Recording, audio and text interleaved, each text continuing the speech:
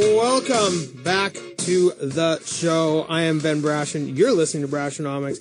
And, we talk a lot about, we just talked about Amber Bills, about new construction, kind of some of the trends that are going on. But, maybe some people like the neighborhood they're in. Maybe you like the school district. Maybe you just like the house and want to make some changes and don't really think moving is all that it may be cracked up to be with the movers and whatnot and the slight stress that goes with it.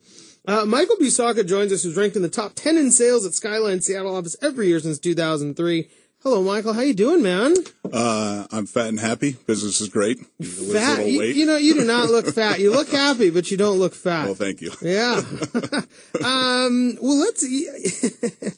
And now, if people are listening, now they know you. Hey. You got that figure going on, Michael.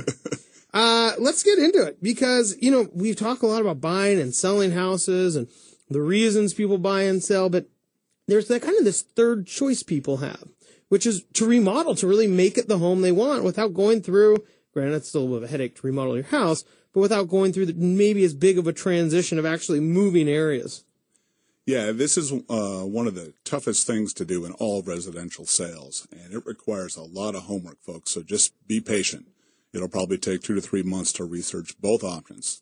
Should I go ahead and bite the bullet, hire an architect and a contractor, and live in, dust and chaos for 6 months, or should I go through the stress of putting my home on the market and buying another home?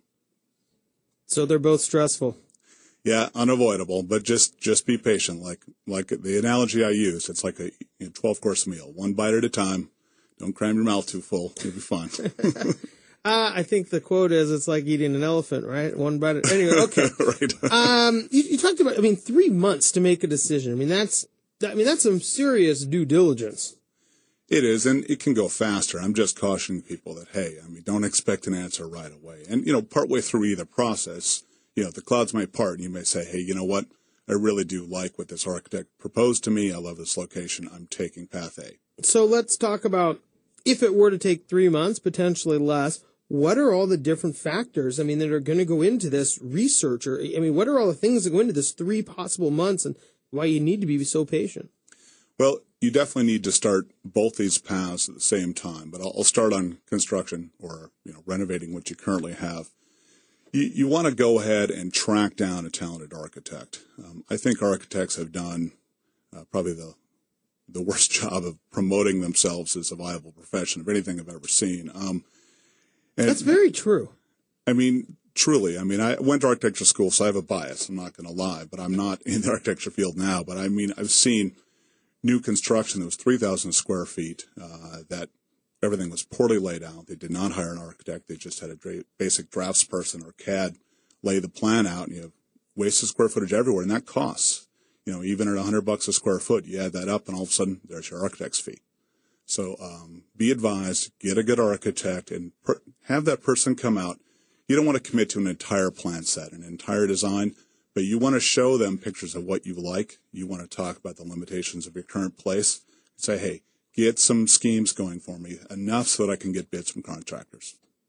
And then that's going to start, I guess that's before you're spending the big dollars. That's kind of mapping it out before you, knock down any walls, I guess.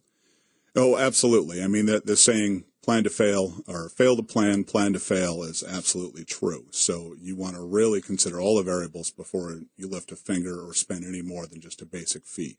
So you go through, you find an architect who can't market themselves, so you figure out how to find one, Google maybe.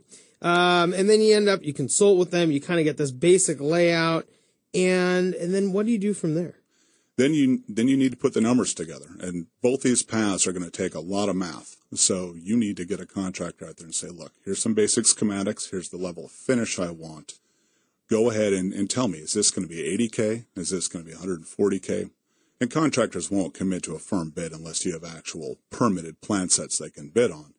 But that's a big commitment, a 4 or 5 figure commitment with an architect. But just get an idea. Okay, if this is going to be $80K to remodel, then you can go ahead and start and find out what your current place is worth and do all that math. So, okay. And then you can kind of figure out what the property would look like, what it's going to cost to get there, what it's going to cost to remodel the house.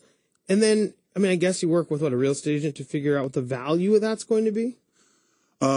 Yeah, I mean, don't, calculate the post-remodel value of the house, after you do the redesign, because ostensibly you're going to live there another 10, 20 years. Got so it. Just cover that when you hit it. But regarding the buy and sell option, now you need to call a local brokerage and ask the managing broker. That's the person in charge there. Ask them, okay, who are the most veteran brokers in this area? And then you want to have these brokers come out and do what's called a comparative market analysis. And they're going to pull any relevant comps, ideally in the last 90 days, hopefully as close to your property and on as similar street as possible. And then they're going to work up a net proceeds sheet for you. They're going to subtract the commissions, the excise tax of 1.78%, and an estimated title and escrow fee. So you can know, okay, after this sale, I will walk away with, let's say, $50K, and I have another $50K in stocks. So I have $100K for a down payment. Now, what does the mortgage broker tell me I can purchase for? And now you would at least know your purchasing power. So this is really not necessarily a strategy for remodeling for additional value in the home. This is creating the house that you love or you want to live in, or buying the house that you love or want to live in.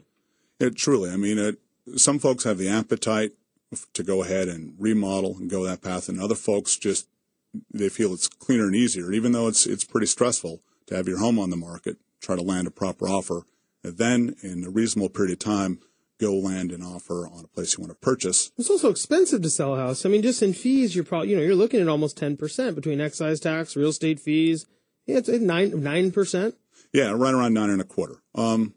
But it's open season out there. You can try and negotiate with a broker. They may or may not reduce their commission, but if I have somebody who's going to buy and sell through me, I will consider that. I will especially consider a reduced listing commission if someone's going to price their home reasonably. Sure. Because you can think, hey, I'm going to get 3% here, and then you have somebody who's priced 5% over the market, and it's 6 months of really hard work to do what could have taken 30 days. Yeah, and then now in the market today with so little inventory, that's what a lot of real estate agents are probably scrapping for is the listings. Yeah, all of a sudden the shoe's on the other foot. I mean, for a while, 2009, 2010, we'd take listings, but we kind of braced ourselves for this will be the long, hard road. And now it's still very much a dice roll. There's still properties that are very tough to sell, especially if there's noise issues or they just have a diabolical layout that even the best contractor comes out and says, no, let's just knock this down. Knock it down, rebuild, or go buy a new house. So I guess you really can take the time, you take that step back, and you can analyze, I guess, the cost of moving versus the cost of remodeling. As you said, the heartache that it's going to have both, and both are going to be stressful. But, really, I guess you kind of got to look within and figure out what's healthy for you. Right. And, usually after running all the numbers on the cost, let's say you have a 3-bed, 1.5 bath, and you want 4 bedrooms and 2.5 baths, and you want a new kitchen and 2 new or 1.5 renovated bathrooms. Okay, let's say that's going to set you back $110,000, but then the buy and sell, you might lose that 9.25% when you go to sell, but maybe you lock in at 3.625 versus your original loan was 5.5. Now your mortgage payment is lower, so even though you purchased higher, your monthly payment might be comparable, or at least within reason of what it once was. That's a huge point right there. I mean, with rates where they are, you really can buy up and maintain the same payment. Yeah, I've been helping people do that, nonstop this last year. And there's been some impressive numbers out there in the lending world. I mean, I've got a great client now. He's a firefighter, and he's using a VA loan. And just yesterday, we put in an offer, and the quoted rate was 3.5% on a VA. I was blown away, but I'm happy that veterans have an option on something like that. We are happy too. Michael, we have to go to break. Stick around. We'd like to get some more of your opinions. Amber Bill is going to come back. We're going to be here after this break.